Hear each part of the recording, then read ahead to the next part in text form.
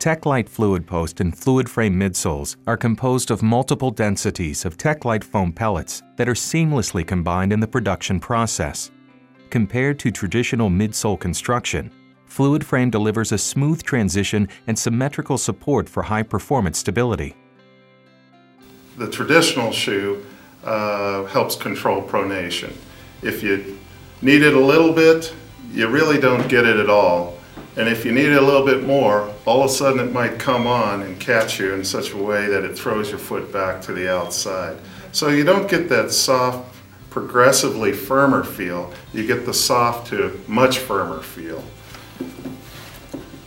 Unlike our fluid post technology, which in this case you can see we have the soft gray region, we have a blended region, and these blend into even a stiffer region. So if I pronate just a little bit, I get just a soft response that helps. If I pronate not at all and stay up the middle of the shoe, then my gait isn't affected at all. But if I'm a heavy pronator, then as I start to roll to the medial side, I get increasingly more and more stiffness on the medial side to help control that excessive pronatory motion.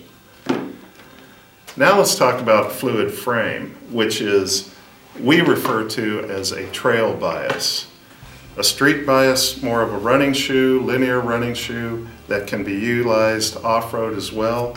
But now let's go to a full trail bias. In the full trail bias, the difference is that not only do we have the medial posting to control pronation, but we also have lateral posting to help control inversion sprains. So for example, if I'm running along a smooth road and then I start to go to a trail that has steep ups and downs and is covered with rocks and debris, I may accidentally land with my heel on a rock on the medial side.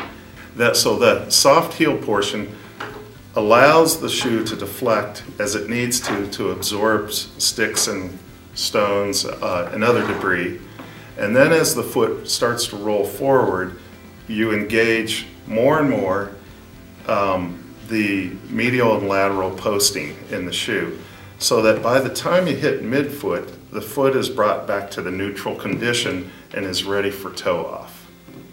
And we've done this in a couple different ways. The one I'm showing you now is a running shoe version with a trail bias, and it can be used for trail running, for multi-sport, etc.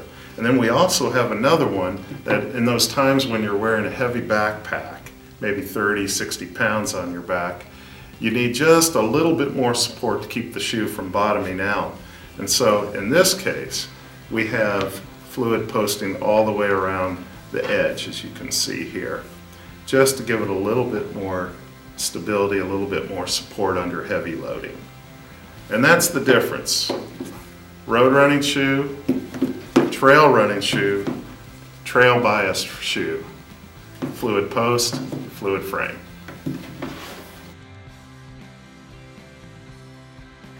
First, when I looked at them, I noticed when you bent it, it wasn't sort of like a big soft sole and bend as much as my normal running shoes. When I ran in it, I found out had really good cushioning in the heel, and that sort of slowly progressed along the sole, and so you couldn't feel where your heel padding finished because it didn't. It ran into the rest of the shoe.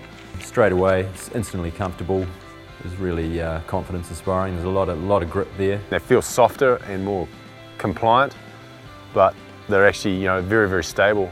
This fluid post is definitely another step forward in the technology of trail running shoes, purely because it doesn't have that rigidity of the internal posting. You can't feel where it is, but what you can feel is the stability and the confidence that brings. So I like it. It's very good.